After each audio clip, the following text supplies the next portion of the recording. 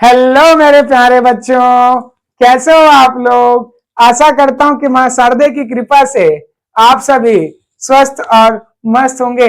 चलिए मेरे प्यारे बच्चों, हम लोग इससे पहले biotechnology, application of biotechnology chapter number 10th class 12th का स्टडी कर रहे थे और आज की वीडियो में हम इसको कंटिन्यू करने वाले। मेरे प्यारे बच्चों, आज का टॉपिक है बेटा जीन थेरेपी। जी हाँ, जीन थेरेपी। जीन थेरेपी एक ऐसा टॉपिक है जिससे रेगुलर क्या है बोर्ड एग्जाम्स में क्वेश्चन आते रहते हैं। सो प्लीज आप लोग पूरी वीडियो को देखेंगे ताकि आप सभी अच्छे से नोट्स बना सके और अच्छे से लिख सके मेरे प्यारे बच्चों।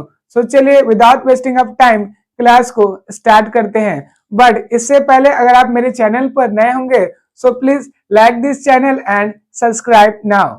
सो चलिए देखेंगे बेटा, चैप्टर नंबर 10 चल रहा है और ये क्या है, एप्लीकेशन ऑफ बायोटेक्नोलॉजी का क्या है, ठीक है, कॉन्सेप्ट है। आज का टॉपिक क्या बेटा, जीन थेरेपी।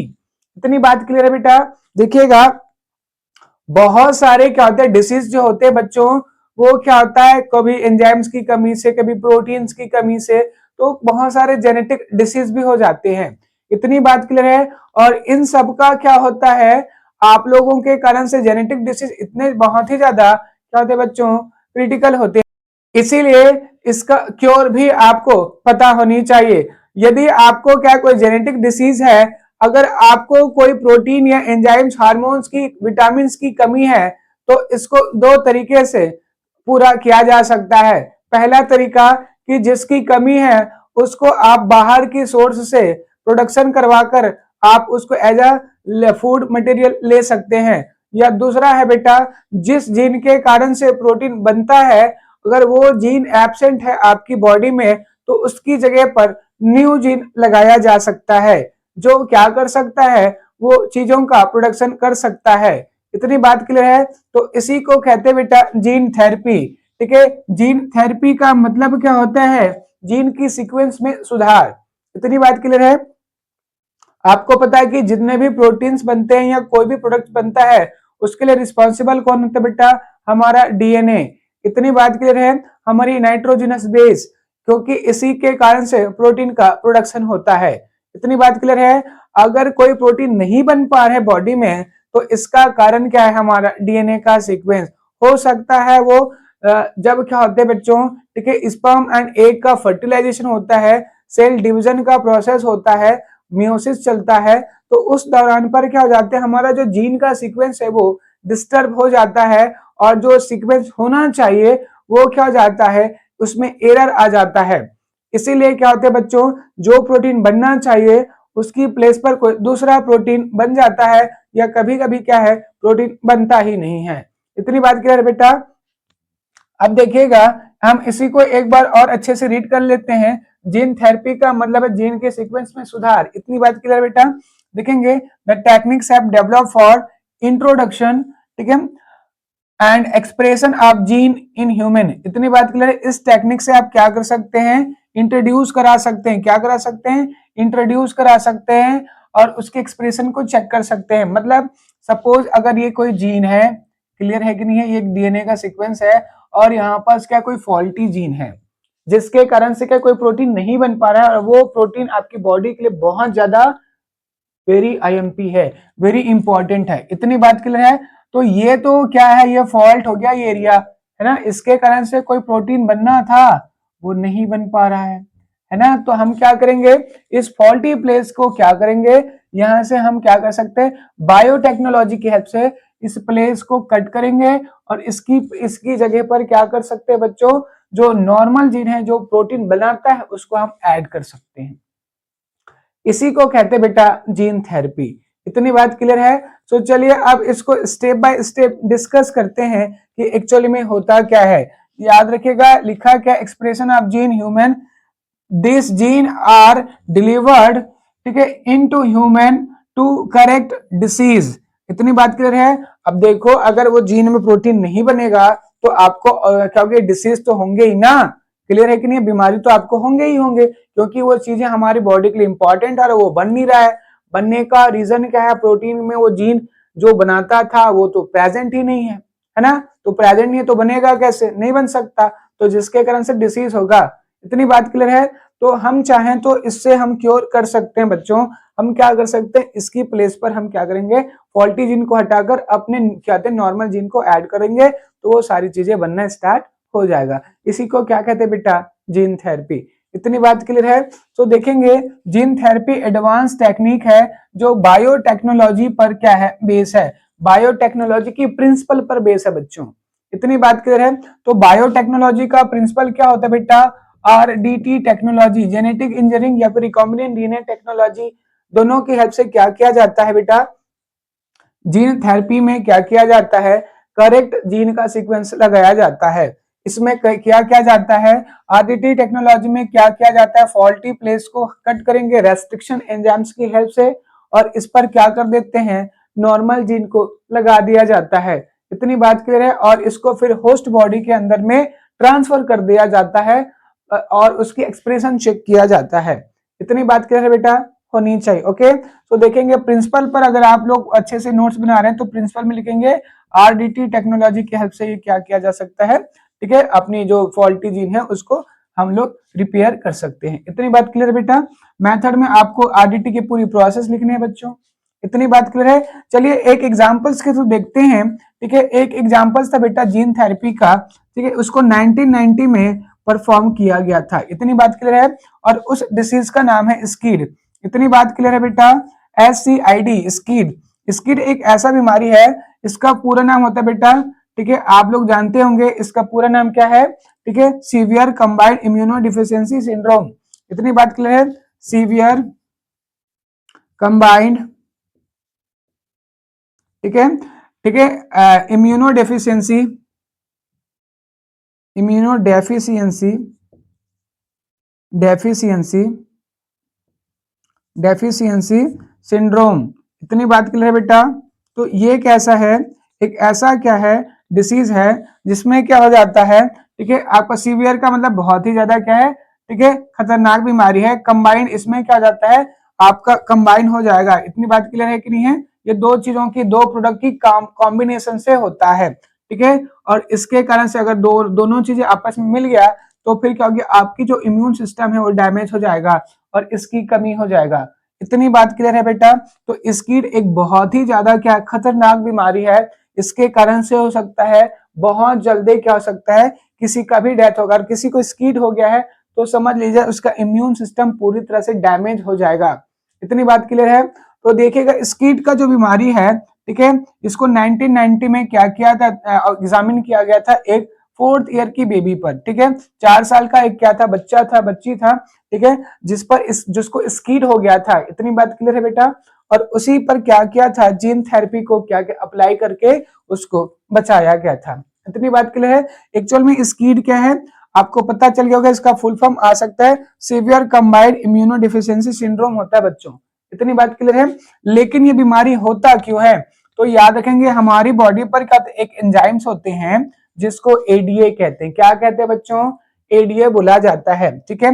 बीमारी क्यों होता है पता चल गया, एडीए एंजाइम्स की कमी के कारण से स्किड होता है। इतनी बात क्लियर है।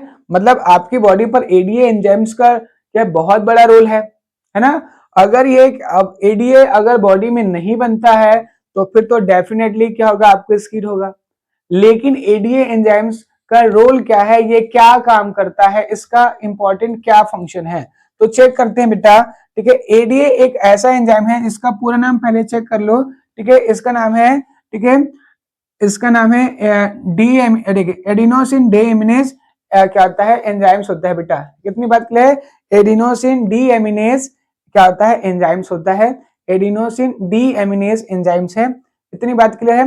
अब इसका काम क्या है, ठीक है, इसका काम क्या है, याद रखना एडिनोसिन डीएमिनेज एंजाइम्स जो होते हैं इसके तो बहुत सारे फंक्शन है बच्चों।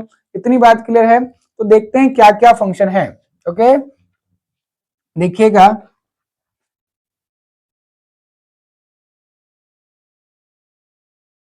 जो क्या होते हैं बच्चों, ठीक है, एडीए होता है, इसके तो बहुत सारे फंक्शन हैं। ये क्या करता है, याद रखेंगे, एक्चुअली में क्या होता है, ये जो होता है बोन मैरो होते हैं हमारे पास में, जो बोन मैरो होते हैं इसी प्लेस पर क्या होते हैं बच्चों, इसी प्लेस पर क्या होते हैं लिम्फोसाइटिक सेल का क्या होता है बेटा, लिम्फोसाइटिक सेल का क्या होता है, प्रोडक्शन होता है। इतनी बात क्लियर है।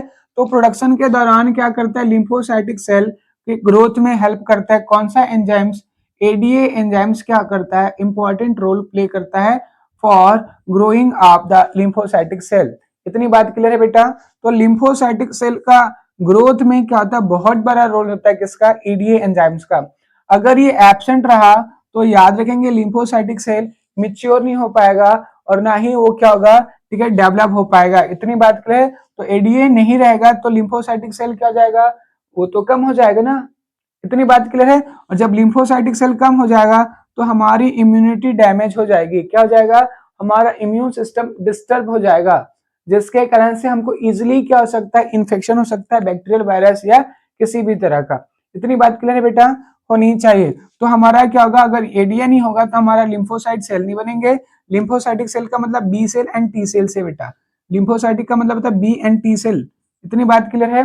तो ये दोनों के दोनों क्या होंगे, नहीं बन पाएंगे, और जब ये नहीं बन पाएगा तो हमारा क्या था, इम्यूनिटी डैमेज हो जाएगा। इतनी बात क्लियर है। ये करता क्या है, तो याद रखेंगे बच्चों, इसका एक और बड़ा रोल होता है किसके, दूसरे चीजों में, ठीक है। ये नहीं, लिम्फोसाइटिक सेल तो नहीं बनेंगे, है ना। एक और होता है बेटा, एडीए क्या करता है, हमारा एडोनोसिन, ठीक है, एडिनोसिन, ठीक है, एडिनोसिन, ये क्या बेटा, हमारे बॉडी के लिए बहुत ज्यादा हार्मफुल होते हैं। इतनी बात क्लियर है। एडिनोसिन क्या होता है, आपके दो है बेटा, एडिनिन और देखो, एडिनो मतलब एडिनिन एंड सिन का मतलब है शुगर। तो याद रखेंगे आपका एडिनिन, ठीक है, एडिनिन और अगर शुगर मॉलिक्यूल आपस में कंबाइन हुआ, ठीक है, कौन सा मॉलिक्यूल, अगर शुगर मॉलिक्यूल आपस में कंबाइन हुआ तो याद रखेंगे क्या बनेगा बेटा, एडिनोसिन बनेगा। और एडिनोसिन होते हैं हमारे इम्यून सिस्टम के लिए, हमारे लिम्फोसाइटिक के लिए हार्मफुल। क्या होते हैं, हमारे लिम्फोसाइटिक सेल के लिए एडिनोसिन क्या होता है, हार्मफुल होते हैं। इतनी बात क्लियर है। तो याद रखेंगे अगर एडीए बनेगा तो एडिनोसिन किस में बदल जाएगा, आइनोसिन में। क्या बदल जाएगा बेटा, किसमें, आइनोसिन में बदल जाता है। किसमें बदल जाता है, आइनोसिन में बदल जाएगा। याद रखेंगे एडिनोसिन किस में बदलेगा, आइनोसिन में। कब बदलेगा, जब एडीए एंजाइम्स प्रेजेंट होगा। इतनी बात क्लियर है बेटा, होनी चाहिए। एडीए एंजाइम्स अगर बॉडी में बन रहा है तो आपका एडिनोसिन किस में कन्वर्ट हो जाएगा, आइनोसिन में। मतलब हमारे लिम्फोसाइटिक सेल अब बनते रहेंगे, कोई प्रॉब्लम नहीं है। लेकिन by the way ADA enzymes present नहीं रहा तो याद रखेंगे, ठीक है, क्या होता है आपका, एडिनिन शुगर के साथ मिलकर एडिनोसिन बनाएगा और इसके कारण से हमारा लिम्फोसाइटिक सेल का ग्रोथ रुक जाएगा। इतनी बात क्लियर है। तो हमको किसी भी तरीके से एडिनिन को क्या है, ठीक है, एडिनिन को क्या बेटा, एडिनिन को शुगर से मिलने से रोकना है। अगर ये बना तो फिर तो दिक्कत आ जाएगा। तो इसको रोकने के लिए क्या होता है, एडीए एंजाइम्स होता है। इतनी बात क्लियर है। तो वो क्या कर देता है, एडिनोसिन को किस में बदल देता है, आइनोसिन में बदल देता है। इतनी बात क्लियर है बेटा। और अगर ये ऐसा नहीं कर पाया तो याद रखेंगे आपको कौन सा डिसीज हो जाएगा, स्कीड। इतनी बात की ऐसी खतरनाक बीमारी है जो जिसमें क्या होते हैं, बच्चे ज्यादा दिन नहीं जी पाते हैं, ठीक है, 10 से 15 सालों में इसकी डेथ हो जाता है। और ऐसे बच्चों को इन्फेक्शन से बचाकर रखा जाता है। अगर ऐसा नहीं किया गया तो इससे पहले भी उसका डेथ हो सकता है।